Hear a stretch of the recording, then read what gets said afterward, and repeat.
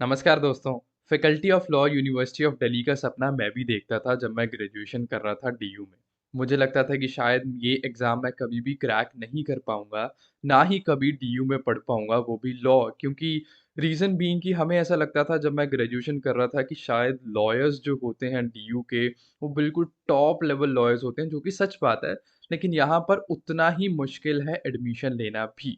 तो लेकिन फॉर्च्यूनेटली मैं डीयू एलएलबी में एलएलबी की और आज के टाइम पर उस चीज़ का मुझे बहुत बेनिफिट हो रहा है। बहुत रेपुटेशन है when it comes to DU. Faculty of law की जो रेपुटेशन है नॉट जस्ट इन दिल्ली बल्कि ऑल ओवर इंडिया में, वो आपको कहीं भी किसी भी और यूनिवर्सिटी में नहीं मिलेगी। इनफैक्ट जब हम बात करें डीयू की और स्पेशली डीयू एलएलबी की, तो हमें अब 5 ईयर लॉ भी ऑफ़र किया जा रहा है। पहले सिर्फ़ 3 ईयर लॉ ही ऑफ़र किया जाता था। और उसमें 3 कॉलेजेस हैं, क्योंकि आप में से बहुत सारे बच्चे ये भी पूछ रहे थे कि सर कितने कॉलेजेस हैं टोटल डीयू के पास? तो डीयू में 3 कॉलेजेस आते हैं, जो कि स्क्रीन पर आपके सामने दिख रहे होंगे। एक सीएलसी होता है कैंपस लॉ सेंटर, एक एलसी 1 होता है लॉ सेंटर 1 और एक लॉ सेंटर 2 है। ये 3 कॉलेजेस हैं। देखो तीनों में डिटेल्ड डिफरेंस जानना चाहते हो तो उसके लिए एक सेपरेट वीडियो बनाऊँगा। अभी मैं सिर्फ ब्रीफ में बता रहा हूँ। सीएलसी की एक अपनी बिल्डिंग है, पुरानी बिल्डिंग इसे कहा जाता है और एलसी1, एलसी2 की एक ही सेम ही बिल्डिंग है। अगर मैं टाइमिंग्स की बात करूँ तो एलसी1 की जो टाइमिंग है वो आफ्टरनून शिफ्ट रहती है 2 बजे से लेकर रात के 8 बजे तक या शाम के 8 बजे तक और एलसी2 की जो टाइमिंग है वो सुबह 8 से लेकर दोपहर के 2 बजे तक और सीएलसी की एज़ सच कोई भी टाइमिंग नहीं है और जो भी टाइम टेबल आएगा, जैसे भी टाइम टेबल आएगा उसी अकॉर्डिंगली आपकी क्लासेस चलेंगी। अब ये देखिए ध्यान से देखिए इनका टाइम से ही आपको पता लग जाएगा 2 से 8 बजे तक शाम के। ये जो सेम बिल्डिंग है यहाँ पर एलसी 1 की क्लासेस चलती हैं और सुबह वो एलसी 2 का सेंटर बन जाता है। तो बेसिकली आपके पास 3 कॉलेजेस रहते हैं, बहुत ज़्यादा तीनों में डिफरेंस है नहीं। इवेंचुअली आपको लॉ की डिग्री मिलनी है, वो भी faculty of law university of Delhi की डिग्री मिलनी है, तो उतना ज़्यादा डिफरेंस है नहीं लेकिन जो थोड़ा बहुत है वो मैं आपको ज़रूर बताऊँगा। जितना मैंने पेपर एनालाइज़ किया सीयूईटी पीजी का, देखिए 2025 में जो पेपर हुआ है अपना सीयूईटी का, तो पेपर देखिए जब तक अपने हाथ में पेपर नहीं आता तब तक हम पूरी तरह 100 श्योरिटी के साथ तो नहीं कह सकते। लेकिन आप सबने जो मुझे क्वेश्चंस बताए, आप सबने जो मुझे जैसे एग्ज़ाम्पल के तौर पर 51st chief justice of India के बारे में आया था, कंप्यूटर में रैम, रोम और लोकल एरिया नेटवर्क के बारे में आया था, ठीक है? शॉर्टकट की आई थी। तो ऐसे जो भी जितने भी क्वेश्चंस आपने मुझे बताए हैं, उन सबको एनालाइज़ कर वैसे अगर आप पेपर की एनालिसिस वीडियो देखना चाहते हैं, तो वो भी आपको जस्ट इसके बाद ही मिल जाएगी। मतलब इससे पहले आई हुई है वो वीडियो, वो भी आप उसे चेकआउट कर सकते हैं, नहीं तो आई बटन पर क्लिक करके वो भी चेकआउट कर सकते हैं। तो पेपर को पूरा एनालाइज़ कर लिया, पेपर को देख लिया गया। तो इस वीडियो में जो हम बात करने वाले हैं, वो है एक्सपेक्टेड कट ऑफ क्योंकि सब बच्चे जितने भी हैं, वो बहुत ज़्यादा पूछ रहे हैं एक्सपेक्टेड कट ऑफ के बारे में और मैं आपकी बिल्कुल फीलिंग समझता हूँ। मैं भी इसी दौर से गुज़रा हूँ, मैं भी आपकी जगह पर था किसी टाइम पर और 1 दिन का भी क्या 1 सेकंड का भी वेट नहीं होता है कि यार बस फटाफट कोई हमें इतना ही बता दे कि हो रहा है कि नहीं हो रहा। क्योंकि वो बीच में जो डायलेमा में रहना होता है ना, वो बहुत मुश्किल होता है कि ना तो आगे के ना पीछे के। हमें बस कोई इतना बता दे कि हो रहा है कि नहीं हो रहा। तो कोई बात नहीं दोस्तों, मैं आपके सारे डाउट्स क्लियर करने की कोशिश करूँगा। अपनी तरफ से जो भी मुझसे हो पाएगा बिल्कुल करेक्ट एनालिसिस करने के बाद मैं आपको ये वीडियो बना रहा हूँ और आपको सब कुछ बताने की कोशिश करूँगा इसी सेम वीडियो में। देखिए when it comes to CUET हम जानते हैं इस बारी जो टाइमिंग थी वो 90 मिनट्स की थी, पहले 105 मिनट्स की होती थी।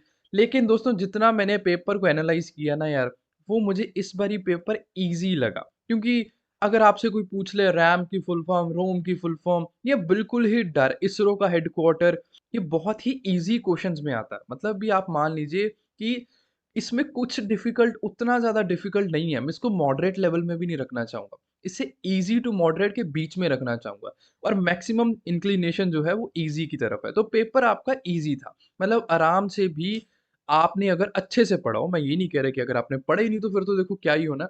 अगर आपने अच्छे से पढ़ा हो ना, आप 200 के आस-पास आराम से मार्क्स ले सकते थे इसमें, अगर आपने सही से प्रिपेयर किया हो। इनफैक्ट जो हमारे बैचेस में भी एनरोल्ड थे, वो भी यही बात बता रहे हैं, बच्चे जितने भी हैं, आप सबसे जितनी से बात हो रही है, कि 200 के आस-पास जो है वो मार्क्स ले सकते थे इस एग्ज़ाम में। क्योंकि पेपर ठीक लेवल का था, आराम से किया जा सकता था, कुछ मुश्किल नहीं था। बस आपको सही से टाइम को मैनेज करना था। और तो और टाइम को मैनेज की बात करने पर यहाँ पर तो पैसेज भी नहीं आया। इंग्लिश का पैसेज अगर आ जाता तो कई बच्चे उसमें काफ़ी ज़्यादा टाइम वेस्ट कर देते हैं।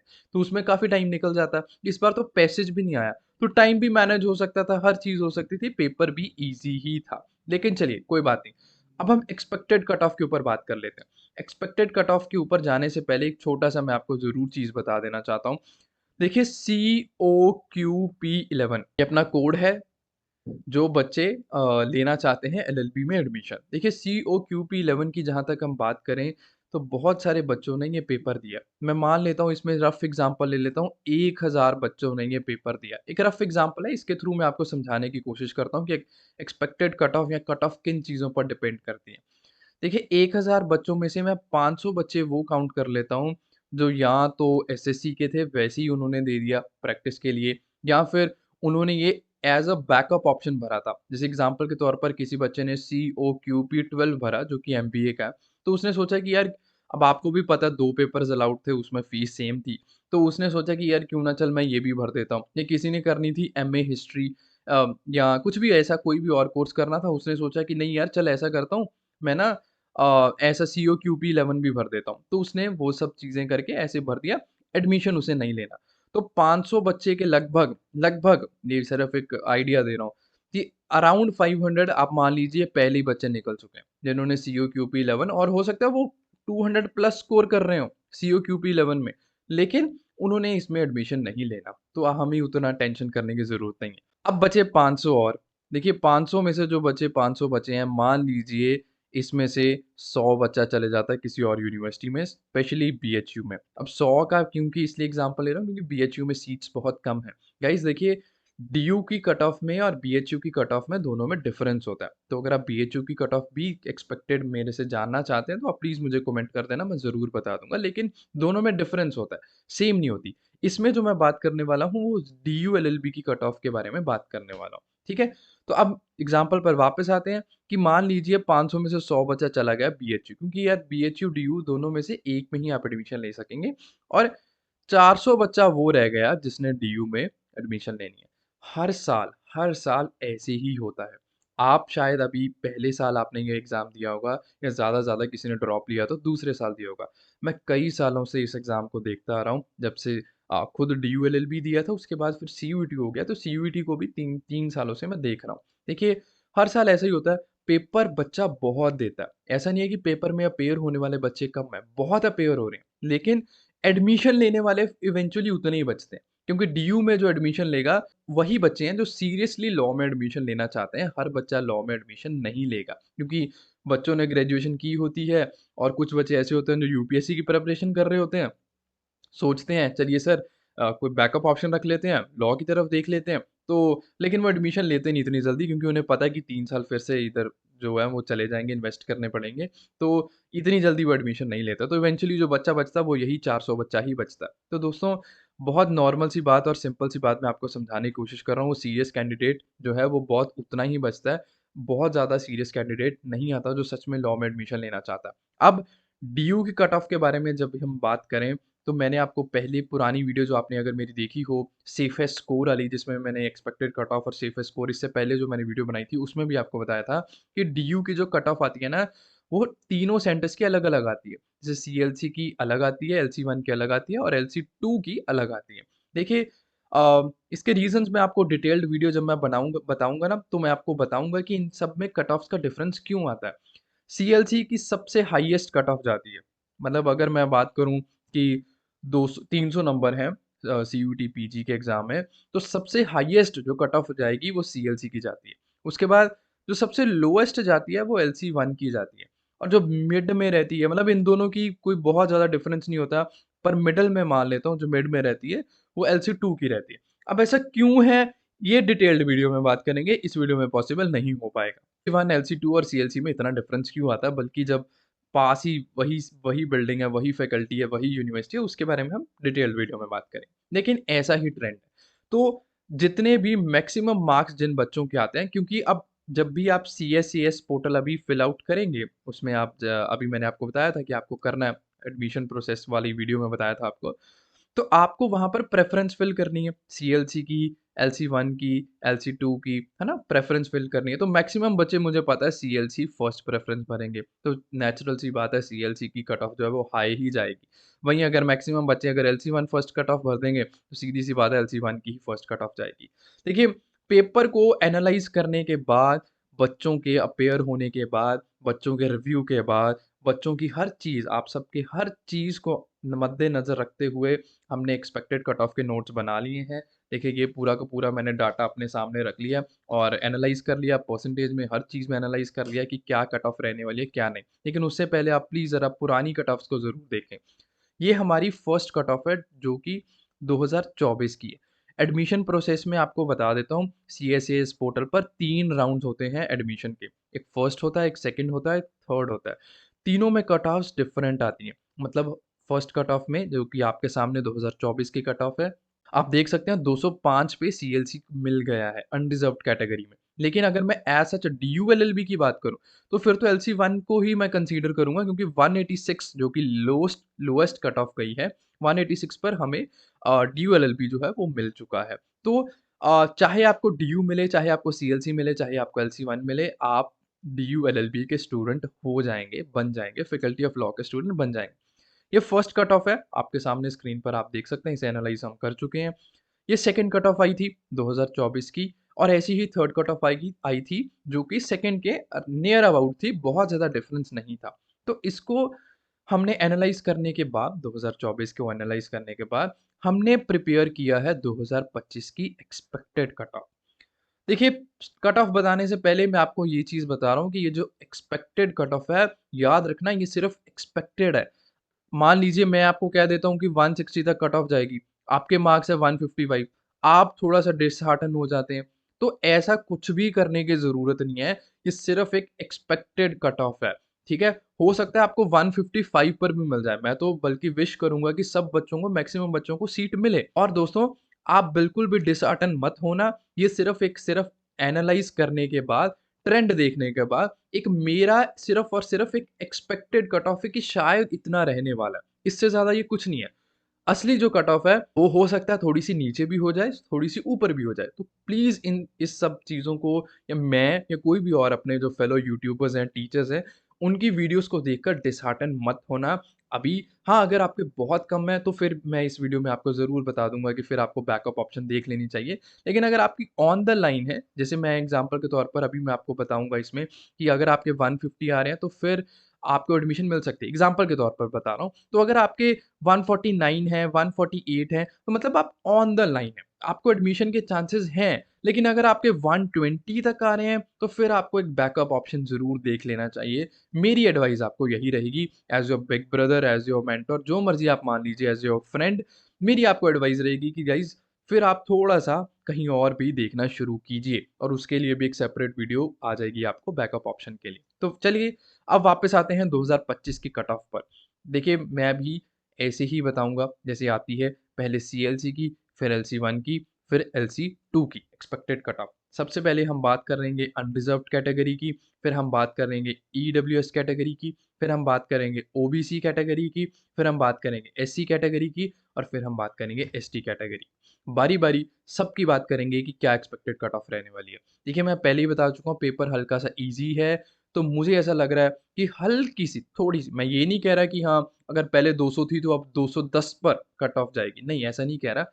हल्की-सी मुझे ऐसा लग रहा है कि एक्सपेक्टेड कट ऑफ जो कट ऑफ रहेगी, वो हल्की-सी ज़्यादा रहेगी कि अगर पहले 200 तक जाती थी, तो वो मान लेता हूँ 205, 204 इसके आस-पास हो सकती है। ये मेरा थोड़ा-सा एक्सपेक्टेशन है और ये मेरा थोड़ा-सा मैं अंदाज़ा है कि ऐसा ही होगा।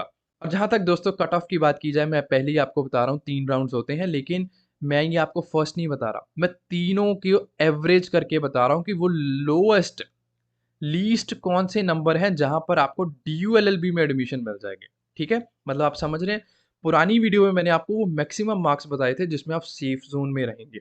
अब वाली वीडियो में आपको वो लोएस्ट, लीस्ट मार्क्स बता रहा हूँ, जो आप अगर एक्वायर कर लेंगे तो आपकी थर्ड राउंड में, मॉप अप राउंड में 100% जो है वो एडमिशन हो ही जाएगी। मतलब लास्ट में कहीं न कहीं एडमिशन हो जाएगी, मैं ये वो नंबर बता रहा हूँ। अब सीएलसी की जहाँ तक बात की जाए, वो भी अनरिज़र्व्ड कैटेगरी की दोस्तों, तो इसकी कट ऑफ जो है मैं वो 200 से लेकर 210 तक एक्सपेक्ट कर रहा हूँ, ठीक है? सीएलसी की, सिर्फ सीएलसी की बात कर रहा हूँ। उसका रीज़न ये है दोस्तों कि ये वो लास्ट नंबर्स हैं जहाँ पर आपको एडमिशन मिल सकती है सीएलसी में। थर्ड कट लिस्ट में हो सकता है या फिर आपको मॉप अप राउंड में 200 के आस-पास सीएलसी मिल जाएगा अनरिज़र्व्ड कैटेगरी में। लेकिन देखिए बहुत सारे बच्चे ऐसे होंगे जिन्हें इन सब चीज़ों से कोई फ़र्क नहीं पड़ता और पढ़ना भी नहीं चाहिए। मेरी तरफ से सलाह आपको यही है। तो एलसी1, एलसी2 की जहाँ तक मैं बात करूँ दोस्तों तो एलसी1, एलसी2 की जो कट ऑफ मैं लीस्ट एक्सपेक्ट कर रहा हूँ वो 180 टू 185 है। अनरिज़र्व्ड कैटेगरी की बात कर रहा हूँ और एलसी2 की इसी के आस-पास ही रहती है 185, 184, 186 इसी के आस-पास ही रहेगी क्योंकि एलसी1 और एलसी2 की कट ऑफ में बहुत ज़्यादा डिफरेंस नहीं रहता। जो बच्चा एलसी2 चूज़ करता है वही एलसी1 भी चूज़ कर लेता है। बात दोस्तों ईडब्ल्यूएस कैटेगरी की रहती है वो भी सीएलसी में। तो ईडब्ल्यूएस कैटेगरी की जो कट ऑफ है मैं वो लगभग अराउंड 185 टू 180 एक्सपेक्ट कर रहा हूँ। मतलब सीएलसी में अगर कोई बच्चा लेना चाहता है और उसके 190 मार्क्स हैं ईडब्ल्यूएस कैटेगरी में, तो मुझे लगता है कि वो एक सेफ ज़ोन में है। उसे सीएलसी थर्ड राउंड तक तो फॉर श्योर सीएलसी मिल ही जाएगा। वो जो सारा प्रोसेस है सीएसईएस पोर्टल का अपग्रेड करना, एक्सेप्ट करना, मैं वो फिर से डिटेल में बताऊँगा। तो वीडियोज़ को प्लीज़ देखना, सही से देखना, चाहे 2 बार देख लेना और सब्सक्राइब कर लेना टू गैरी अमृतसरिया ताकि आपको अपडेट्स मिलते रहें। अब बात कर लेते हैं दोस्तों एलसी1 की अगर कोई ईडब्ल्यूएस कैटेगरी का है वो भी एलसी1, एलसी2 में मतलब उसे कोई फ़र्क नहीं पड़ रहा ज़्यादा कि मैं एलसी1 में, एलसी2 में जाऊँ या सीएलसी में। तो उसके लिए क्या एक्सपेक्टेड कट ऑफ रहने वाली है एलसी1 की तो मुझे लगता है 175 तक लीस्ट गिरेगी। मतलब अभी 175 तक गिर जाएगी एलसी1 की कट ऑफ ईडब्ल्यूएस में क्योंकि ये लास्ट वो थर्ड राउंड में 175 के आस-पास आराम से आ जाएगी। और यहीं अगर मैं बात करूँ एलसी2 की दोस्तों, तो इसकी भी वही 176, 177 यहाँ तक इसकी कट ऑफ रहेगी, उससे ज़्यादा मुझे नहीं लगता ये बहुत ज़्यादा जाएगी, नहीं ऐसा नहीं होने वाला, तो यहाँ तक आपको एडमिशन मिल जाएगी। वहीं अगर मैं बात करूँ दोस्तों ओबीसी कैटेगरी की, तो ओबीसी कैटेगरी मेरे लिए जो सेफ स्कोर रहेगा सीएलसी में मतलब जहाँ तक मुझे लगता है कि कट ऑफ जाएगी वो 175 के आसपास है सीएलसी की, ठीक है? ओबीसी कैटेगरी में। और वहीं अगर मैं एलसी1 की बात करूँ, तो देखिए हर बार जो ट्रेंड देखा है मैंने वो 160, 165 के आसपास ही रहता है, यहाँ तक तो आपको ओबीसी कैटेगरी में मिल जाती है।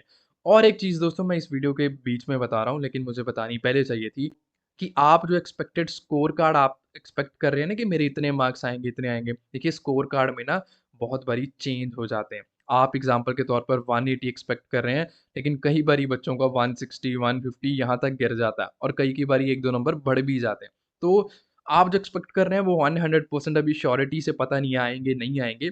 तो जब तक स्कोर कार्ड नहीं आता तब तक आप इन सब चीज़ों को एनालाइज़ या डिसहार्टन मत होना। कई की बारी ज़्यादा भी आ सकते हैं आपकी एक्सपेक्टेशन से और कई बारी कम भी आ सकते हैं। तो मेरा बस कहने का मतलब ये है कि असली स्कोर वेरी कर सकता है। वापस आते हैं एलसी2 की कट ऑफ पर, ओबीसी की कट ऑफ पर। तो मैं आपको यही बताना चाहता हूँ कि इसकी भी वही 165, 160 के आसपास ही रहेगी एलसी2 की कट ऑफ। यहाँ तक अगर आपके मार्क्स आ रहे हैं तो फिर आप थोड़े से सेफ ज़ोन में हैं या मान लीजिए कि आपको थर्ड कट ऑफ तक सीट जो है वो मिल जाएगी। वहीं अगर मैं बात करूँ एससी कैटेगरी की दोस्तों, अगर आपके 150 प्लस है ना एससी कैटेगरी में, तो आप कहीं न कहीं पानी से ऊपर हैं। आप सीएलसी तक जा सकते हैं, आपको सीएलसी आराम से मिल सकता है अगर आपके 150 प्लस आ रहे हैं एससी कैटेगरी में। देखिए पता है क्या? क्योंकि मैक्सिमम बच्चों ने सीएलसी पहली प्रेफ़रेंस भरा होगा तो सीट्स जल्दी खत्म हो जाएँगी, एससी कैटेगरी या किसी भी कैटेगरी में।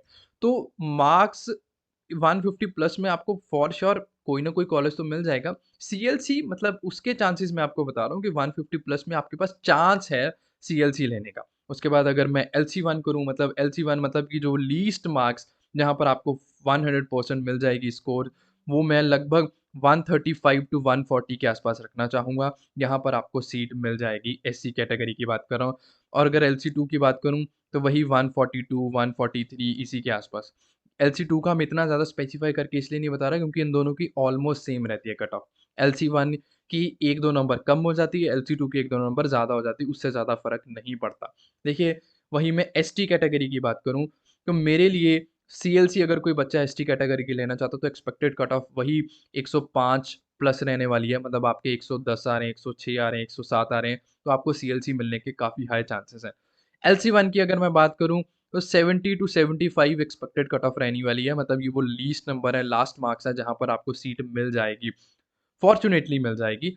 और एलसी2 की बात करूँ तो वही 76, 77 यही वो एक्सपेक्टेड कट ऑफ है। इसी के आसपास आपके जो स्कोर्स हैं, जो रहने वाले हैं, इसी के आसपास जो आपकी एक्सपेक्टेड कट ऑफ है वो रहने वाली है।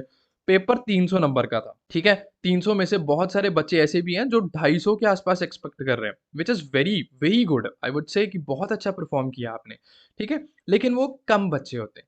मैक्सिमम बच्चे मैंने पोल भी क्रिएट किया था, अगर आपको याद हो मैंने अपने यूट्यूब पर पोल क्रिएट किया था। मैक्सिमम बच्चों के जो मार्क्स एक्सपेक्टेशंस हैं, वो 180 टू 220 के बीच में। सारा का सारा कॉम्पिटिशन ही यहाँ पर है, 180 टू 220, ठीक है? तो जो इसीलिए मैं आपको ये सब जो अनरिज़र्व्ड कैटेगरी की कट ऑफ बता रहा हूँ, वो इसी के अराउंड बता रहा हूँ क्योंकि यहीं पर सारा का सारा कॉम्पिटिशन है। एक-एक नंबर पर 10-10 बच्चा हो सकता है 180 टू 220 स्कोर कार्ड के बीच में।